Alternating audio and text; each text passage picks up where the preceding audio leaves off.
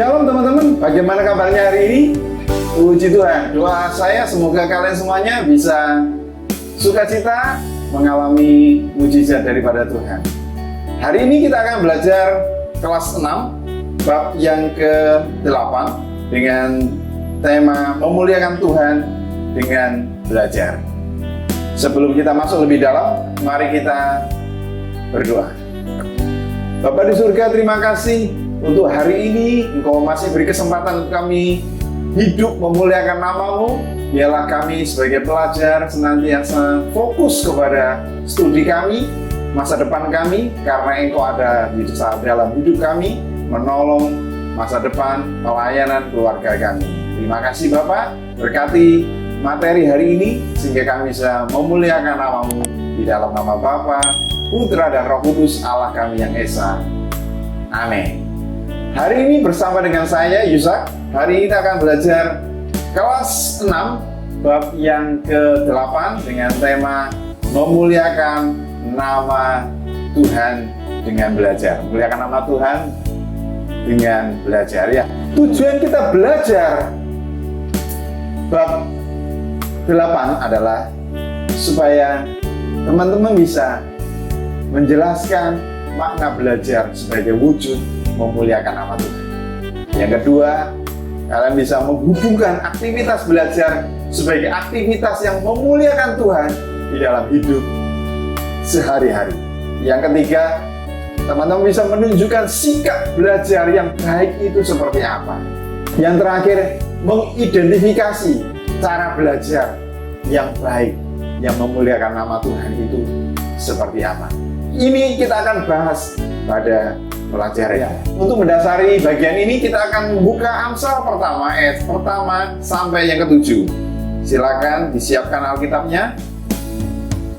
Sekali lagi, Amsal pertama ayat yang pertama sampai yang ke-7. Tujuan Amsal ini, Amsal Salomo bin Daud, orang Israel, untuk mengetahui hikmat dan didikan, untuk mengerti kata-kata yang bermakna, untuk menerima didikan yang menjadikan pandai, serta kebenaran dan keadilan dan kejujuran, untuk memberikan kecerdasan kepada orang yang tidak berpengalaman, dan pengetahuan serta kebijaksanaan kepada orang muda. Baiklah orang bijak mendengar dan menambah ilmu, dan baiklah orang yang berpengertian memperoleh bahan pertimbangan. Untuk mengerti amsal dan ibarat, perkataan dan teka-teki orang bijak, takut akan Tuhan adalah permulaan pengetahuan, tetapi orang bodoh menghina hikmat dan didikan. Puji nama Tuhan, demikianlah firman Tuhan. Anak-anak, di bagian pengantar ini ada pertanyaan. Kalian diminta menjawab 3 pertanyaan. Yang pertama, dari manakah sumber kepintaran, kecerdasan, dan kebijaksanaan dalam diri manusia? Dari usahanya sendiri atau dari mana? Mudah sekali, kalian masih tahu bahwa sumber kepintaran, kecerdasan, dan kebijaksanaan asalnya dari Allah. Seperti Amsal tadi dikatakan, segala sesuatu bersumber bermuara dari Allah. Yang kedua, apa saja sih yang dapat kamu lakukan untuk memperoleh ilmu dan keterampilan? Ada banyak usaha yang kita bisa lakukan, yaitu yang pertama adalah kita harus belajar. Belajar apa, Pak? Ya, belajar segala sesuatu, belajar buku, belajar sepeda motor, belajar nyetir, belajar mengoperasikan satu aplikasi, itu belajar. Kita juga bisa membaca Alkitab, belajar membaca Alkitab, menemukan isi Alkitab, kita juga berdoa, berinteraksi dengan Tuhan, itu juga belajar. Maka oleh sebab itu, hal yang kita bisa lakukan adalah kita haus akan ilmu pengetahuan dan keterampilan, maka suatu kelak kalian bisa dipersiapkan untuk ahli di dalam bidang tertentu. Yang ketiga, dapatkah kita memuliakan Tuhan dengan belajar? Sangat dapat. Mengapa? Contohnya, ketika kita belajar, besok mau ujian atau ulangan, kita belajar, kemudian hasil belajar itu mendapatkan nilai yang terbaik, maka itu bisa mengharumkan, memuliakan nama Tuhan. Orang tuamu juga senang, dan dirimu yang pertama yang paling senang. Itu yang kita dapatkan ketika kita belajar memuliakan nama Tuhan. Sekarang kita akan mendalami firman Tuhan. Kita tadi udah baca Amsal pertama, ayat pertama sampai 7. Lanjut sekarang, Salomo menulis kitab ini. Jadi penulis kitab Amsal adalah Salomo. Siapa Pak Salomo? Salomo adalah anaknya Raja Daud, orang hebat, orang yang cerdas. Jadi Salomo dipakai Tuhan memiliki kehebatan, hikmatnya, kebijaksanaannya, hikmatnya luar biasa sampai terkenal di seluruh negeri. Ya, ia dikenal sebagai raja yang paling bijaksana karena ia memang meminta hikmat daripada Tuhan. Ia tidak meminta kekayaan dan ketenaran. Jadi pada waktu itu ada dialog antara Tuhan dengan Salomo. Salomo, kamu minta apa? Apakah kamu minta kekayaan atau ketenaran atau sesuatu kekayaan yang dunia miliki? Aku akan berikan. Tapi Salomo tanya kepada Tuhan, Tuhan, aku hanya minta hikmat daripada Engkau. Mari kita baca 1 Raja-Raja 3 ayat yang ke-5 sampai 10. Di Gibeon itu Tuhan menampakkan diri kepada Salomo dalam mimpi pada waktu malam. Berfirmanlah Allah, mintalah apa yang hendak kuberikan kepadamu. Lalu Salomo berkata, Engkaulah yang telah menunjukkan kasih setiamu yang besar kepada hambamu Daud ayahku. Sebab ia hidup di hadapan engkau dengan setia, benar dan jujur terhadap engkau. Dan engkau telah menjamin kepadanya kasih setia yang besar itu dengan memberikan kepadanya seorang anak yang duduk di tahtanya seperti pada hari ini. Maka sekarang ya Tuhan Allahku, Engkaulah yang mengangkat hambamu ini menjadi raja menggantikan Daud ayahku. Sekalipun aku masih sangat muda dan belum berpengalaman, demikianlah hambamu ini berada di tengah-tengah umatmu yang kau pilih. Suatu umat yang besar, yang tidak terhitung dan tidak terkira banyaknya. Maka berilah kepada hambamu ini hati yang faham, menimbang perkara untuk menghakimi umatmu, dengan dapat membedakan antara yang baik dan yang jahat. Sebab siapakah yang sanggup menghakimi umatmu yang sangat besar ini? Lalu adalah baik di mata Tuhan bahwa Salomo meminta hal yang demikian. Itulah sebabnya tulisan Salomo dalam kitab ini memiliki pesan hikmat kebijaksanaan yang dalam, yang bersumber dari Tuhan, yang memuliakan Tuhan dengan hikmat yang juga berasal daripada Tuhan. Salomo pada bagian awal kitab Amsal ini menyatakan bahwa melalui pendidikan orang akan pandai, tahu dan melakukan apa yang benar, adil dan jujur, dan juga memberikan kecerdasan serta pengetahuan dan hikmat. Siapa yang menjadi sumber hikmat dalam hidup manusia?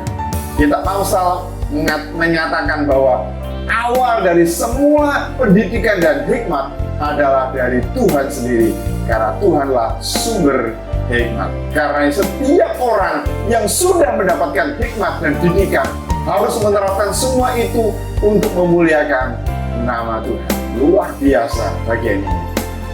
Anak-anak, kepintaran dan kecerdasan yang manusia miliki itu berasal dari Tuhan dan bukan berasal dari yang lain atau berasal dari usaha kita sendiri.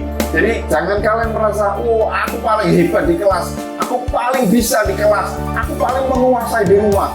Kita belajar dari Salomo bahwa asal dari segala sesuatu kecerdasan, kemampuan kita, segala daripada Tuhan.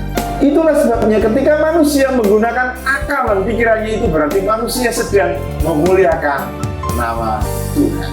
Baik, teman-teman, pada halaman 69 ada pertanyaan lagi ya. Jangan khawatir, kita dikelilingi oleh pertanyaan-pertanyaan. Tujuannya apa Pak? Supaya kita semakin tahu dan semakin memahami dan semakin paham makna dari belajar memuliakan nama Tuhan. Jadi yang pertama ada pertanyaan, mengapa orang perlu belajar selama hidupnya? Ayo, mengapa sih kok harus belajar? Lahir perlu belajar, kelas 1 SD perlu belajar, kelas 2 perlu belajar, sudah tua pun perlu belajar. Mengapa Pak? Iya, jadi pada dasarnya gini teman-teman, kita ini pada dasarnya nggak tahu HP, nggak tahu isi buku, nggak tahu tentang LCD, nggak tahu tentang perangkat. Kecuali kalau teman-teman tahu Contohnya, kalian yang menemukan HP, handphone, atau cellphone, kalian yang menemukan sepeda, maka kalian akan nggak usah belajar karena sudah tahu. Sudah tahu aja karena kadang kita perlu belajar, apalagi yang tidak tahu. Jadi kita pada dasarnya itu nggak tahu, makanya kita perlu belajar. Jadi waktu kelas 1, kelas 2 belajar naik sepeda, itu perlu belajar cara keseimbangan, cara mengayuh dan cara menggerakkan rodanya itu. Perlu belajar semuanya. Ya. Yang kedua, jelaskan dengan kata-katamu sendiri apa yang disebut dengan belajar. Menurut Kamus Besar Bahasa Indonesia, belajar adalah berusaha memperoleh kepandaian atau ilmu pengetahuan. Belajar itu juga sesuatu untuk kita berlatih. Yang terakhir, belajar itu merubah tingkah laku kalian untuk bisa menjadi berpengalaman atau ahli dalam bidang tertentu. Oke, lanjut. Kapan manusia belajar? Sejak usia berapa sih seseorang belajar? Dan pada usia berapa ia berhenti belajar? Menarik kan pertanyaan ini? Ya. Kapan manusia belajar? Ya sejak manusia itu lahir itu. Sejak manusia ada di bumi, orang itu harus belajar. Sejak usia berapa? Tidak dibatasi usia. Usia tidak ada hubungannya dengan belajar atau tidak belajar. Jadi sejak kita kecil, bayi pun perlu belajar. Belajar makan, belajar minum, belajar berjalan, belajar buku, dan semuanya. Pada usia berapa ia berhenti belajar? Jadi pertanyaan ini menarik. Sejak kapan kita selesai berhenti belajar? Ya kalau kita udah mati, udah nggak bisa belajar lagi. Jadi ketika tutup mata kita udah tutup, kita masuk dalam kubur, dia berhenti di situ karena sudah ya ada di bumi. Jadi ketika kita ada di bumi, kita perlu belajar. Apakah jawabmu jika ditanya pertanyaan demikian? Kita sudah jawab tadi ya. Umumnya jawaban yang muncul adalah manusia belajar ketika ia masuk usia sekolah, yaitu 6 tahun, dan berhenti belajar kalau sudah tua dan tidak akan membaca lagi. Benarkah seperti itu? Tadi sudah Pak Isa jawab. Ternyata tidak benar ya. Belajar itu proses yang terjadi sejak lahir sampai mati. Jadi istilah dalam bahasa Inggris disebutkan from womb to tomb. Artinya sejak dari rahim ibu hingga ke rahim bumi yang kubur, itu proses belajar. Dengan demikian proses belajar terjadi sepanjang hidup kita. Tidak ada kata berhenti atau tidak ada kata terlambat untuk belajar. Selama ini kamu mungkin berpikir bahwa belajar itu sama dengan bersekolah, atau sama seperti banyak orang lain yang belajar hanya dilakukan di sekolah. Benar demikian? Tentu tidak. Belajar dapat dilakukan kapan saja, di mana saja, dengan apa saja. Belajar bukan sekedar menulis, membaca, tapi juga memberi makna atas apa yang dilihat, direncanakan, dan dilakukan. Artinya, dengan begitu, kita akan tahu bahwa lewat aktivitas atau peristiwa apapun, kita dapat belajar dan memuliakan nama Tuhan. Karena kita tahu belajar berarti kita menggunakan akal, pikiran kita, perasaan kita, keinginan dan kehendak yang Tuhan anugerahkan kepada kita untuk kita pakai secara bijaksana, lalu mengusahakan kehidupan yang lebih baik. Sekarang tahukah kalian apa yang membedakan manusia dengan makhluk hidup yang Tuhan ciptakan? Manusia punya akal pikiran yang dapat dikembangkan. Makhluk lainnya tidak memiliki akal pikiran. Akal dan pikiran manusia adalah pemberian Tuhan yang harus dikembangkan supaya dapat berguna bagi orang lain demi kebaikan dan kebahagiaan hidup manusia dan ciptaan Tuhan yang lainnya. Ketika akal dan pikiran manusia berkembang, manusia dapat menjalani hidup ini dengan baik dan manusia dapat menjadi bahagia. Coba sekarang kalian bayangkan seandainya manusia tidak dapat membaca dan menulis, apa yang akan terjadi pada dirinya? Atau bagaimana jika ada seorang yang tidak dapat menghitung? Tentu orang tersebut akan mengalami berbagai kesulitan, terutama menghitung duit ya. Salah satu cara untuk mengembangkan akal dan pikiran yang telah Tuhan berikan adalah dengan belajar. Belajar adalah cara hal yang Tuhan ingin kita lakukan. Dengan belajar, kita dapat menjadi pandai dan mengetahui banyak hal. Dengan belajar, kita memuliakan Tuhan karena telah menggunakan akal dan pikiran yang Tuhan berikan secara baik dan bertanggung jawab. Teman-teman, Karena itulah, dengan giat belajar dan disiplin dapat mengerjakan tugas serta aktivitas dalam kreasi di sekolah kita, dalam menyatakan syukur kita kepada Tuhan dan memuliakan Tuhan. Bila seorang dokter mempunyai pengetahuan untuk meracik obat-obatan sehingga dapat menyembuhkan suatu penyakit, maka ilmunya adalah untuk kebaikan manusia. Jika seorang ahli bidang pertanian menemukan cara menanam, mengolah padi dengan baik, maka ilmunya itu menolong petani menghasilkan panen yang lebih baik. Atau jika kita pandai dalam mata pelajaran matematika, maka kita bisa membantu dan menolong teman kita yang membutuhkan bantuan, terutama soal hitung-hitung, ya. Dengan demikian, setiap ilmu dan kepandaian yang Tuhan berikan dapat kita bagikan juga kepada orang lain. Ilmu kita harus mendatangkan manfaat, jangan dipek dewe, ya, jangan dia ambil untuk manfaat diri sendiri. Kebaikan kita harus bermanfaat bagi banyak orang. Ilmu kita harus kita bagikan, pelit ya, jangan pikir punya ilmu dibagikan. Pinter IT dibagi ke temannya, pinter matematika share ke temannya, pinter bahasa Inggris share ke temannya, ya, supaya orang lain mendapatkan manfaat dari kita. Jadi ilmu yang kita bagikan itu agar menjadi manfaat berkat bagi banyak orang. Dengan demikian kita menggunakan ilmu kita untuk memuliakan nama Tuhan. Saat belajar pun kita berarti sedang bersyukur atas beberapa hal. Yang pertama, kesempatan belajar. Kita bersyukur memberi kesempatan untuk bersekolah, ya.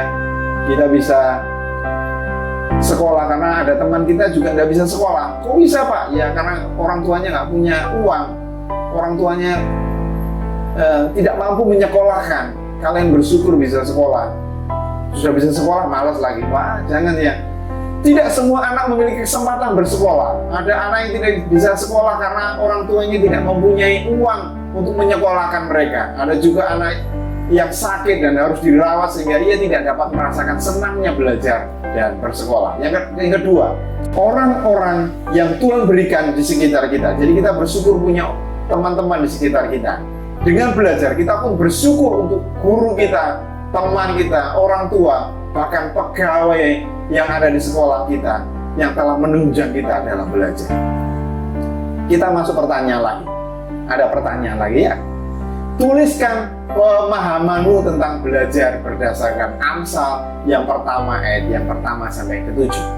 Yang kedua, bagaimana cara belajar yang dikehendaki Tuhan dalam hidupmu? Ya, kita bisa jawab ya bahwa belajar sesuai dengan Amsal pasal pertama ayat pertama sampai 7 adalah belajar memuliakan Tuhan. Jadi belajar yang memuliakan Tuhan itu belajar yang bermanfaat bagi teman, bagi orang tua, bagi dirimu sendiri, ya. Yang selanjutnya kita masuk dalam diagram. Di situ perhatikan diagram ini, ya. Ada pertanyaan, cara belajar yang dikehendaki Tuhan dan cara belajar yang tidak dikehendaki Tuhan. Saya berikan contoh di situ, ada beberapa. Yang pertama, dengan kita rajin belajar, maka kita memuliakan nama Tuhan. Yang kedua, taat saat belajar, ya. Jadi ketika kita dinasihati orang tua, ayo belajar, maka kita taat, maka kita menyenangkan hati Tuhan. Yang kedua, belajarlah dengan tekun. Yang tekun itu seperti apa, Pak? Perlu berjam-jam? Ya, bukan ketekunan, bukan masalah jam, tapi kesetiaan kalian terus menerus, ya. Belajar, hari ini belajar, besok belajar, lusa belajar, terus belajar, ya. Kemudian setia dalam belajar, jangan malas, ya. Kemudian jujurlah saat ujian. Jadi jangan nyontek maksudnya. Itu belajar yang menyenangkan hati Tuhan. Yang terakhir, tidak mudah menyerah. Jadi ketika dinasihati, ayo belajar. Aku malas, aku barusan belajar soalnya. Nah seperti itu, berarti kita tidak setia. Kita harus terus setia. Sekarang belajar yang tidak menyenangkan hati Tuhan. Apa? Yang pertama malas. Yang kedua melawan ketika dinasihati orang tua. Yang ketiga mudah bosan. Kemudian malas-malesan kalau ditegur atau dinasihati orang lain, dan mudah putus asa. Oke, sekarang yang ketiga, temukanlah dampak perkembangan ilmu pengetahuan yang memuliakan Tuhan dan yang tidak memuliakan Tuhan? Wah, banyak sekali Pak di sini pertanyaannya. Minta jawabannya ya. Jangan cemas, Pak Isa akan memberikan clue-nya. Jadi yang pertama, kalian diminta ilmu pengetahuan apa yang bermanfaat bagi kita. Ada banyak ya. Jadi buku memberikan jawaban. Yang pertama, menemukan obat-obatan yang bisa menyembuhkan orang sakit. Jadi ilmu pengetahuan. Jadi ada orang-orang pintar yang meneliti penelitian dan kemudian ketika satu bahan tertentu diekstrak, kemudian diolah, kemudian diuji coba dan bermanfaat untuk menyembuhkan orang, itu bermanfaat bagi kita. Yang kedua, dengan adanya internet kita tertolong, kita punya wifi. Oleh karena ada internet sehingga kita bisa mengembangkan handphone kita untuk melakukan tugas-tugas ataupun pelayanan kita kepada Tuhan. Jadi dengan adanya internet kita bisa melakukan tugas belajar dan lain sebagainya. Yang ketiga, adanya GPS, Global Position System, luar biasa. Jadi beberapa keluarga orang kaya melihat karena papanya ada di Jakarta, anaknya di Surabaya, maka untuk melihat anaknya ini sekolah atau tidak, dia hanya melihat GPS. Kemudian GPS dipasang di tasnya anaknya. Kemudian dicek posisi rumahnya dengan posisi rumahnya dengan sekolah kan berbeda. Ketika anak itu bergerak dari rumah ke sekolah, orang tuanya mengecek dari handphonenya, kemudian dicek, oh anakmu sedang berjalan dari rumah ke sekolah. GPS, anaknya dipantau posisinya, itu GPS. Termasuk juga sekarang banyak pegawai-pegawai nakal ya, pegawai-pegawai nakal tidak masuk kerja, kemudian bosnya taruh sistem di motornya atau di mobilnya, kemudian kalau pegawainya itu ada di rumah dan tidak ke rumah, tidak ke kantor, maka bosnya lihat, loh, anak buahku kok di rumah nggak masuk kantor, ketahuan. Atau suruh ngirim barang, loh, kok nggak berangkat dari kantor ke satu tujuan tertentu. Nah, itu adalah manfaat dari GPS, luar biasa. Teknologi layar sentuh. Nah, dulu kita bingung dengan layar sentuh. Dengan adanya laptop layar sentuh, kita tinggal set gitu ya. Bukan gitu duit ya, set itu sedang geser posisi layar di HP atau di laptop kita. Layar sentuh, luar biasa. Tadi saya searching bahwa layar sentuh itu sudah ada sejak 1965. Saya kira bahwa baru 5 tahun, 10 tahun lagi yang lalu. Ternyata sudah lama layar sentuh. Siapa yang menemukan itu, Pak? Kalian bisa searching sendiri, luar biasa. Saya berdoa juga suatu saat orang-orang Indonesia bisa menemukan IT, teknologi yang bisa bermanfaat bagi kita. Yang terakhir, adanya HP atau cellphone yang luar biasa saat ini manfaatnya bagi operasional kita sehari-hari. Jadi penemuan-penemuan ini sangat bermanfaat. Sekarang di sebelahnya, apa perkembangan ilmu pengetahuan yang tidak memuliakan Tuhan? Sebenarnya nuklir itu memuliakan Tuhan. Jadi, tetapi disalahgunakan untuk perang maksudnya. Jadi nuklir itu bermanfaat untuk membasmi sesuatu, tapi negatifnya adalah dipakai untuk membunuh seseorang, untuk perang. Nah, itu yang salah, tidak memuliakan Tuhan. Yang kedua, adanya temuan gas beracun. Jadi asap yang bisa meracuni seseorang atau hewan itu kurang bermanfaat. Tetapi tujuannya, lihat, kalau hama itu mengganggu, itu bisa dipakai. Tetapi kalau untuk meracuni seseorang, itu tidak memuliakan Tuhan. Yang ketiga, adanya narkoba atau narkotika yang disalahgunakan. Jadi ingat ya, saat ini juga Pak Yusak memberikan nasihat kepada kalian semuanya, jangan sekali-sekali terpengaruh atau tergoda dengan rokok atau narkoba, atau coba-coba yang pertama kalian tawari gratis, yang kedua kalian akan bayar, dan ketagihan. Sekarang banyak anak-anak dikelilingi oleh narkoba. Jadi saya berpesan supaya kalian semuanya hati-hati dengan narkoba ini, karena akan mengikat dirimu dan masa depanmu akan hancur gara-gara narkoba.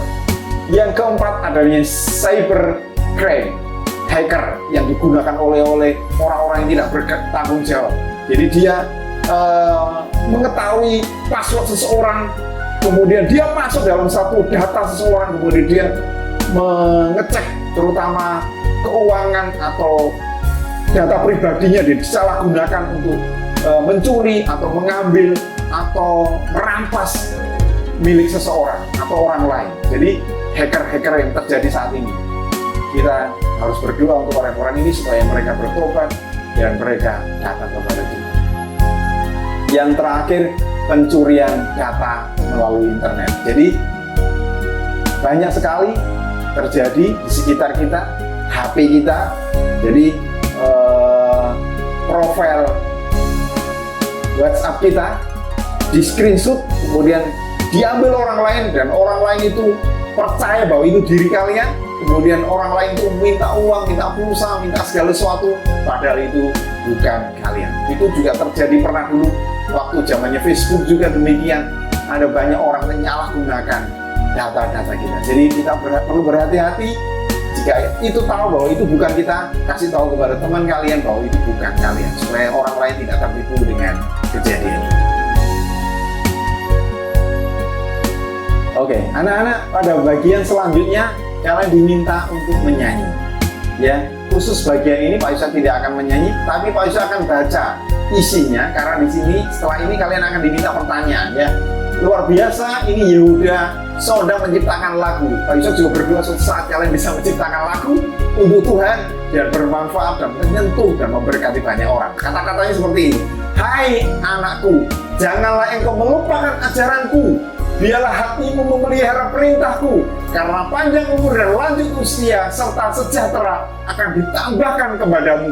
Janganlah kiranya kasih dan setia meninggalkan engkau, kalung-kala itu pada lehermu, tuliskanlah itu pada roh hatimu, maka engkau akan mendapatkan kasih dan pengharapan dalam pandangan Allah serta manusia.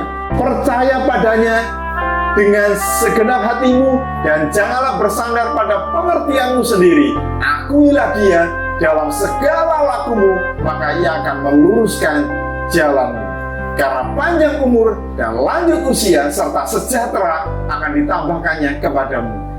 Janganlah kiranya kasih dan setia meninggalkan engkau, kalung-kala itu pada lehermu, tuliskan itu pada roh batinmu, maka engkau akan mendapat kasih dan penghargaan dalam pandangan Allah serta manusia. Percaya padanya dengan segenap hatimu dan janganlah bersandar pada pengertianmu sendiri. Akuilah dia dalam segala lakumu, maka ia akan meluruskan hatimu.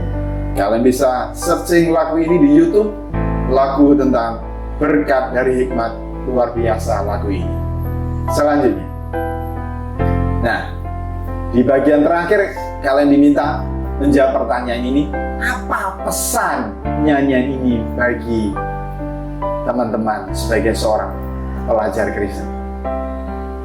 Lagu ini mengingatkan kita bahwa seluruh hidup kita harus kita kembalikan kepada Tuhan.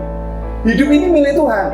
Jadi jangan main-main, jangan macam-macam dengan apa yang kau lakukan. Hidup ini milik Tuhan, maka berikan untuk Tuhan. Kekuatan ini milik Tuhan, maka berikan kekuatan ini untuk Tuhan. Kemampuan ini milik Tuhan, kepintaran ini, akal budi kita ini milik Tuhan, maka kita kembalikan kepada Tuhan. Karena Dia adalah pemilik hidupmu. Kalian sudah ditebus oleh darah dan kematian Yesus, maka engkau juga harus persembahkan hidupmu kepada Tuhan. Yang kedua, tuliskanlah komitmenmu untuk memuliakan Tuhan melalui aktivitasmu sebagai seorang pelajar Kristen. Komitmen itu apa sih, Pak? Komitmen itu janji. Janji untuk setia, janji untuk melakukan kepada Tuhan. Jadi membuat tulisan, kemudian persembahkan yang pertama untuk Tuhan, ya. Yang kedua, setorkan ke guru. Janji, Tuhan, mulai hari ini aku mau pakai seluruh hidupku untuk menyenangkan hati Engkau. Seperti itu, ya. Baik, teman-teman, materi Bapak sudah selesai. Tiba saatnya Bapak akan berikan rangkuman atau kesimpulan, Tuhan adalah sumber hikmat dan pengetahuan dalam kehidupan manusia. Karena itu, tidak ada seorang manusia yang pantas menyombongkan pengetahuan, keterampilan, kemampuan yang ia miliki. Tuhanlah yang menganugerahkan akal dan budi kepada setiap manusia. Karena itu manusia harus menggunakannya dengan baik. Dengan apa, Pak? Ya dengan belajar secara jujur dan benar, agar dia memuliakan Tuhan. Pada akhirnya kelak, pengetahuan itu dipakai untuk memuliakan Tuhan dalam seluruh hidup kita sehari-hari. Mari kita berdoa kepada Tuhan. Bapa di surga, terima kasih buat materi hari ini. Kami tahu sekarang Tuhan, bahwa hidup ini adalah milik Tuhan. Maka wajarnya lah kalau kami menyerahkan hidup ini kepada Tuhan. Tuhan, saya tahu ketika saya bisa, kebisaan saya, kepintaran saya itu datangnya dari Tuhan. Saya tidak ada sumbangsihnya apapun atas kepintaran, kemampuan saya, kehebatan saya. Oleh sebab itu, saya akan memberikan kepintaran, kemampuan saya, potensi yang saya miliki ini untuk Tuhan. Tuhan, saya memang bisa main musik, tapi saya tahu kebisaan saya untuk talenta musik ini sebenarnya bukan karena aku bisa, Tuhan, tapi karena Engkau memberikan anugerah sehingga kami bisa memainkan musik. Maka permainan musik ini, alunan musik ini yang saya persembahkan kepada Engkau, karena Engkau adalah sumber hidup saya. Ajari kami, Tuhan, untuk menyerahkan seluruh hidup kami kepada Engkau, karena Engkau adalah pemilik hidup kami. Terima kasih Bapak untuk materi hari ini. Kami bersyukur biarlah kami memuliakan Tuhan melalui belajar, melalui kesetiaan kami kepada Engkau. Berkati kami, berkati guru kami, berkati orang tua kami, berkati bisnis orang tua kami, berkati orang-orang di sekitar kami, supaya orang-orang di sekitar kami juga mengenal Engkau sebagai Tuhan dan Juru Selamat secara pribadi. Kami alaskan doa ini di dalam nama Bapa, Putra dan Roh Kudus, Allah kami yang Esa. Amin. Puji Tuhan. Sampai ketemu pada materi-materi selanjutnya. Tuhan Yesus memberkati.